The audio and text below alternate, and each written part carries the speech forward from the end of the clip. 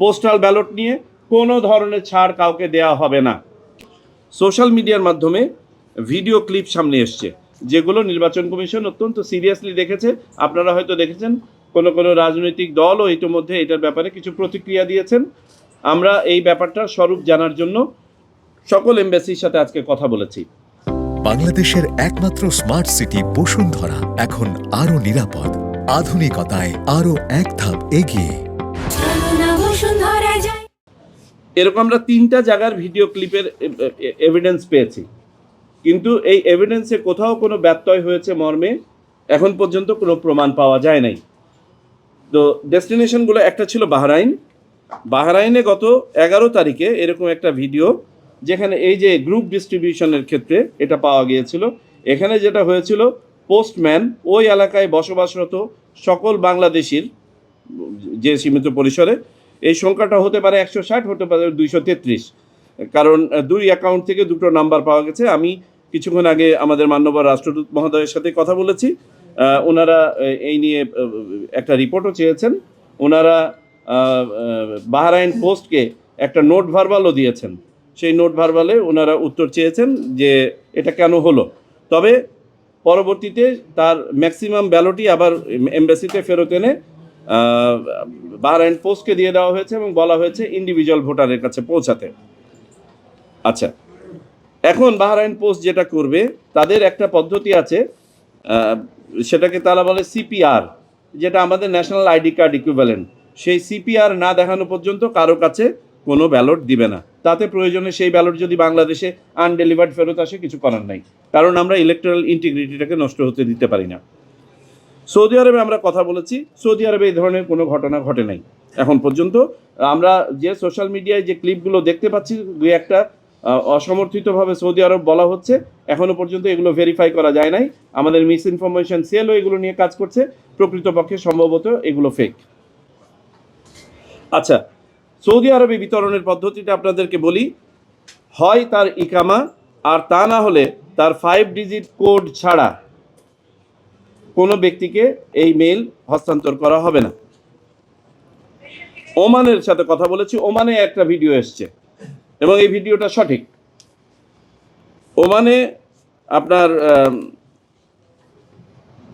মূলত আপনার বাল্ক হিসাবে ডিস্ট্রিবিউশন হচ্ছিল, যে ওই যেটা বললাম, এক জায়গায় অনেকজন থাকেন, ও তারা মূলত পোস্ট বক্স ব্যবহার করেছেন।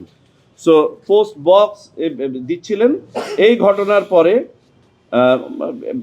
সবখানে হয়তো ভোট, যেটা ওই যে বাল্ক ইয়েতে দেওয়ার পরে যখন ভিডিওটা আসলো, আমাদের ওমান এমবেসি আবার কথা বলেছে ওমান পোস্টের সাথে। তাদেরকে বলে দেওয়া হয়েছে যে আইডি কার্ড বা পাসপোর্ট দেখানো ছাড়া না দিতে। এখানেও আমরা ধারণা করছি হয়তো কাউকে খুঁজে নাও পাওয়া যেতে পারে। এবং বর্তমানে ওমানে ইভেন হাজব্যান্ড ওয়াইফের কাছেও আর হস্তান্তর করা হচ্ছে না কোন অবস্থাতে, একই ইয়েতে। আচ্ছা, এই গেল ওমান। কুয়েতের ব্যাপারে বলি। কুয়েতে একটা ভিডিও পাওয়া গেছে, নিশ্চিত করা হচ্ছে যে এখানে কোনো ধরনের ব্যত্যয় হয়েছে কিনা। এখন পর্যন্ত কোনো ব্যত্যয়ের কোনো বিবরণ পাওয়া যায় না। তো কুয়েতে যেটা ইন্টারেস্টিং, আমরা একটা জিনিস জানতে পারলাম যে কুয়েত পোস্টে আমাদের প্রচুর বাংলাদেশি চাকরি করে।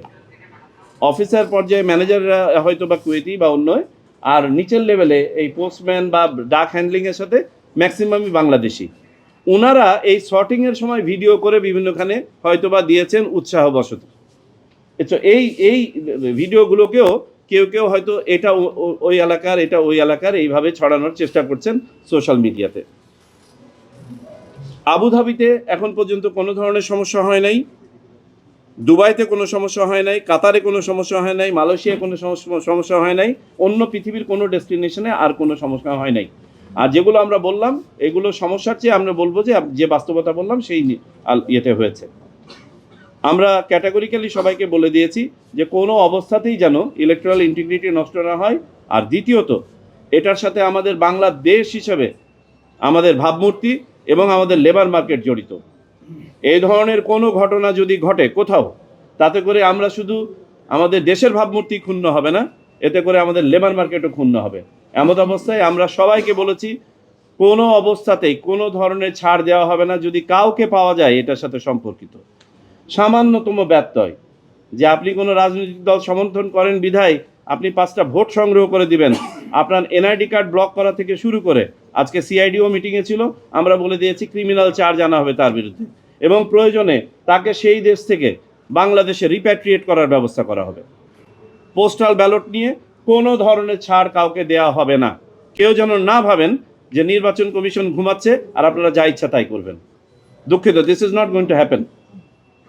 আর আমাদের যে বাস্তবতা আছে যে এই যে বাল্ক পাচ্ছে, ডিস্ট্রিবিউশন হচ্ছে, সেটা যাতে যথাযথভাবে প্রতিপালিত হয় সেই জন্য